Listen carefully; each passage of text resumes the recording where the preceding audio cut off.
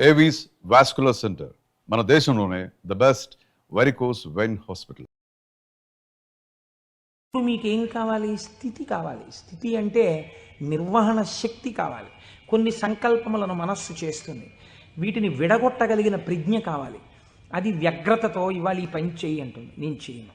నీకేం, నీ సొమ్మేం పోయింది నువ్వు చెప్తావు, కానీ మూట కట్టుకొని అనుభవించవలసిన వాడిని నేను చేయను అని మనస్సుకు ఎదురు తిరిగి చెప్పి, ఈ మాట చెప్పావు చాలా బాగుంది, ఇది చేస్తాను అని మనసు చెప్పినవి కొన్ని అంగీకరించగలగాలి. ఇలా చెయ్యడానికి మీకు సమర్థత కావాలి. ఇది నిర్వహణ సమర్థత. అడ్మినిస్ట్రేటివ్ ఎబిలిటీస్ అంటారు చూసారా?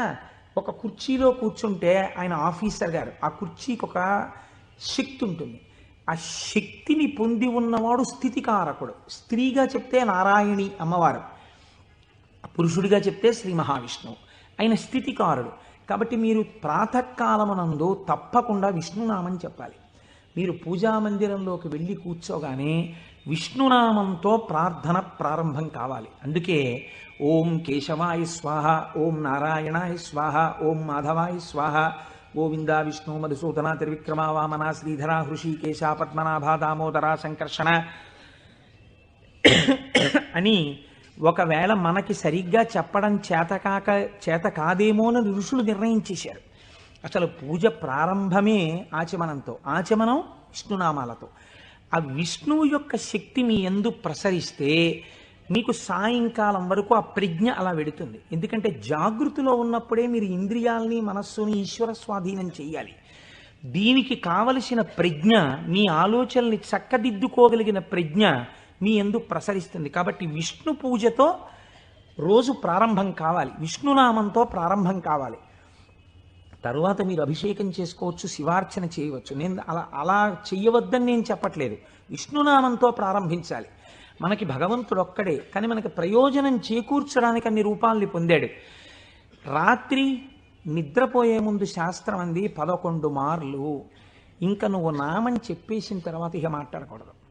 11 మాటలు శివ శివ శివ శివ శివ శివ శివ అని 11 మాటలు అనుకుని విశ్రాంతి స్థానమునకు శరీరమును చేర్చేయాలి.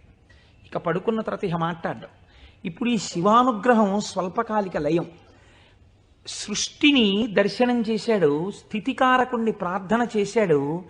ఈ రోజు చేసినటువంటి పనులన్నీ మంచి పనులైతే నిద్రలో నీకు సాత్వికమైనటువంటి ఆలోచనలు వస్తాయి. సాత్వికమైన ఆలోచనలతో, చిత్తశాంతితో, భయానకమైన కలలు రాకుండా హాయిగా నిద్రపుచ్చగలిగినటువంటి స్వరూపము స్వల్పకాలిక లయమైనటువంటి పరమశివ స్వరూపము. శివనామం చెప్పి నిద్రపోతే నిద్రా సమాధి స్థితి, అది సమాధి స్థితి అవుతుంది. మళ్ళీ లేచాడు, మళ్ళీ సృష్టికర్త దర్శనం చేస్తాడు. తొలితలంపు ఏది వస్తోందో దాన్ని మీరు ఈశ్వరుడి వైపుకి తిప్పడం అలవాటు చేయాలి మనస్సుకి ప్రయత్నపూర్వకంగా. ఫస్ట్ డిక్టమ్ లోపల నుంచి ఏం రావాలో తెలుసా అండి? అది మీరు అలవాటు చేయాలి. అప్పుడు మీరు ఒక రోజుని, కాలమునందు ఒక రోజు అనబడేటటువంటి విభాగమును మహేశ్వరుడిగా మారుస్తున్నారు మీరు. ఇది మహేశ్వరార్చనము.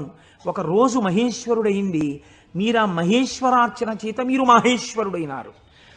ఎలా అంటే మొట్టమొదటి ఆలోచన బయటికి వస్తూనే మనస్సుకి ఒకటి అలవాటు ఉండాలి. ఏమిటో తెలుసా అండి అలవాటు?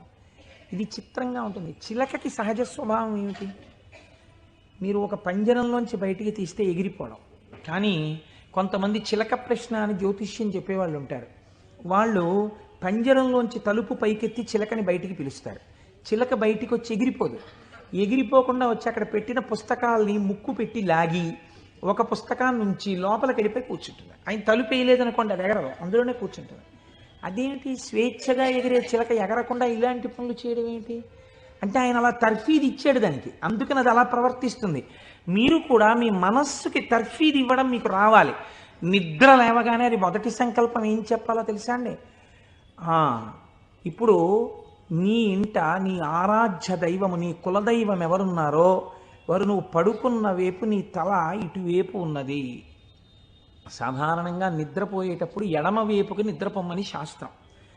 నువ్వు కొంచెం ఓరగిలా పడుకుని కొద్దిగా తల కుడిపక్కకి తిప్పి నీ కన్నులు విప్పితే నీ దృష్టి ప్రసారము తిన్నగా నీ కులదేవతా స్వరూపము మీద పడుచున్నది.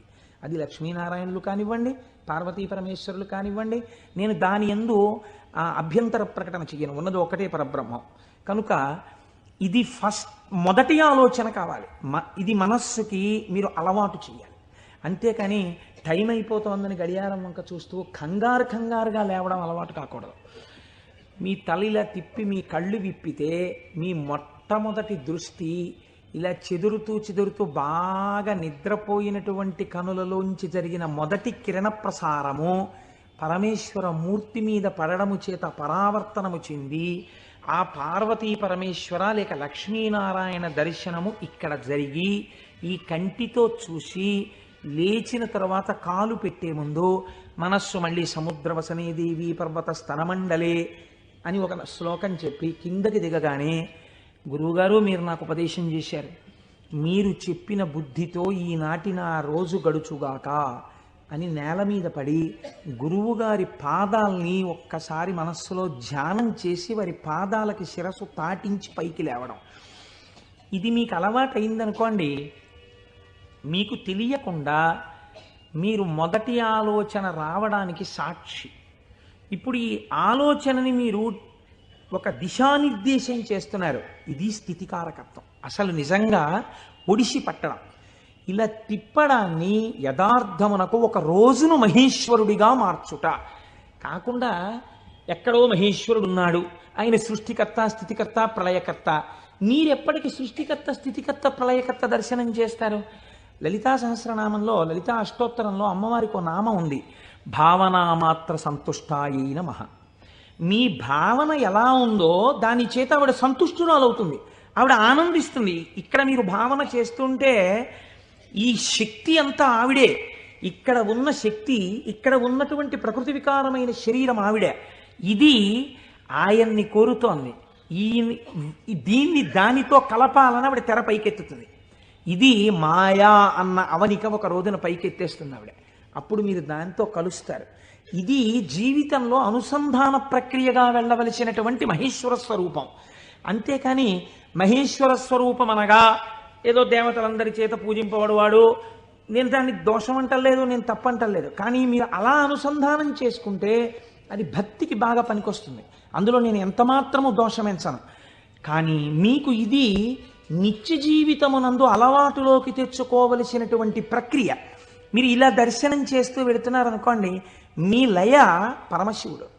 మీరు ఇప్పటిదాకా ఎవరితో కలిసి ఉన్నారు అని అడిగారనుకోండి, నిద్ర లేవగానే మీరు ధైర్యంగా చెప్పగలగాలి, నేను ఇప్పటి వరకు కైలాసమునందు పార్వతీ పరమేశ్వరులతో కలిసి ఉన్నాను. అది నా నిద్ర.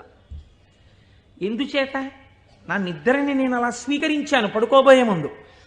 నేను లేచినప్పుడు నేను చతుర్ముఖ బ్రహ్మ దర్శనము చేత సృష్టికర్త దర్శనమే నా యొక్క మేల్కొనుట.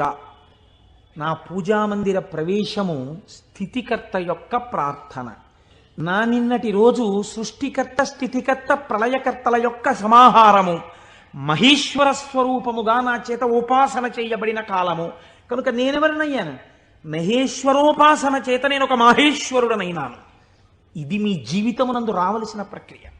ఇలా చెయ్యగా భ్రమరకీటక న్యాయంలో ఒకనాడు మీరు ఆ స్వరూపాన్ని పొందుతారు. ఇలా కాకుండా వేరొక రకమైనటువంటి ఆలోచనతో జీవితం వెళ్ళిందనుకోండి, వ్యగ్రతతో, అసలు మీరు ఆత్మలోంచి విడిపడడంలో మీకు కృతజ్ఞతాభావం లేదు. ఆ నిద్ర పట్టింది, లేవడం దేనికోసం? న్యూస్ పేపర్ కోసం. న్యూస్ పేపర్ తీస్తే ఏముంటుంది? న్యూస్ పేపర్కి ఎప్పుడు ఏం కావాలంటే మళ్ళీ రేపు కూడా మీరు 3 రూపాయలు ఇచ్చి కొనుక్కోవడానికి తగినటువంటి ఉద్వేగమును మీ యందు కల్పింపగలిగినటువంటి ప్రధానమైన వార్తని హెడ్లైన్స్గా వెయ్యాలి.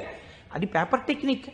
అంతేగాని మీ మనస్సుకి ఉల్లాసమును కల్పించేటటువంటి ఒక సాత్వికమైన విషయాన్ని తీసుకొచ్చి హెడ్లైన్స్గా వాళ్ళు ఎందుకు వేస్తారు?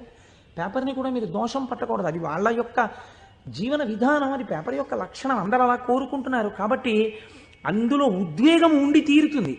ఉద్వేగము ఉండి తీరుతున్న విషయాన్ని నువ్వు ముందెళ్ళి పట్టేసుకుని పూజామందిరంలోకి వెళ్ళారనుకోండి, ఇప్పుడు మీ మనస్సు ఏమవుతుందంటే ఈ ఉద్వేగపూరితమైన విషయాన్ని మనస్సు పట్టుకుంది కాబట్టి దాన్ని పట్టుకు తిరుగుతుంటుంది.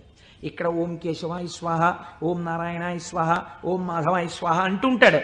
కానీ చూసా అక్కడ ఎలా అయిందో, ఎలా దెబ్బలాడుతున్నారు, ఏమిటో ఈ లోకం అని. ఇంకెందుకు ఆ పూజ అంటే పట్టుకోకూడని వస్తువును ముందు పట్టుకొని నువ్వు ప్రారంభం చేశావు, మనస్సు చించలమైంది. దానికి సాత్విక భావనతో ప్రారంభం చెయ్యాలి.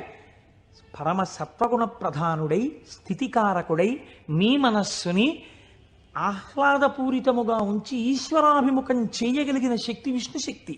అందుకని విష్ణునామంతో రోజు ప్రారంభం కావాలి. కనుక ఇది మీరు నిత్య జీవితంలోకి మహేశ్వర స్వరూపాన్ని తెచ్చుకోవలసినటువంటి విధానం.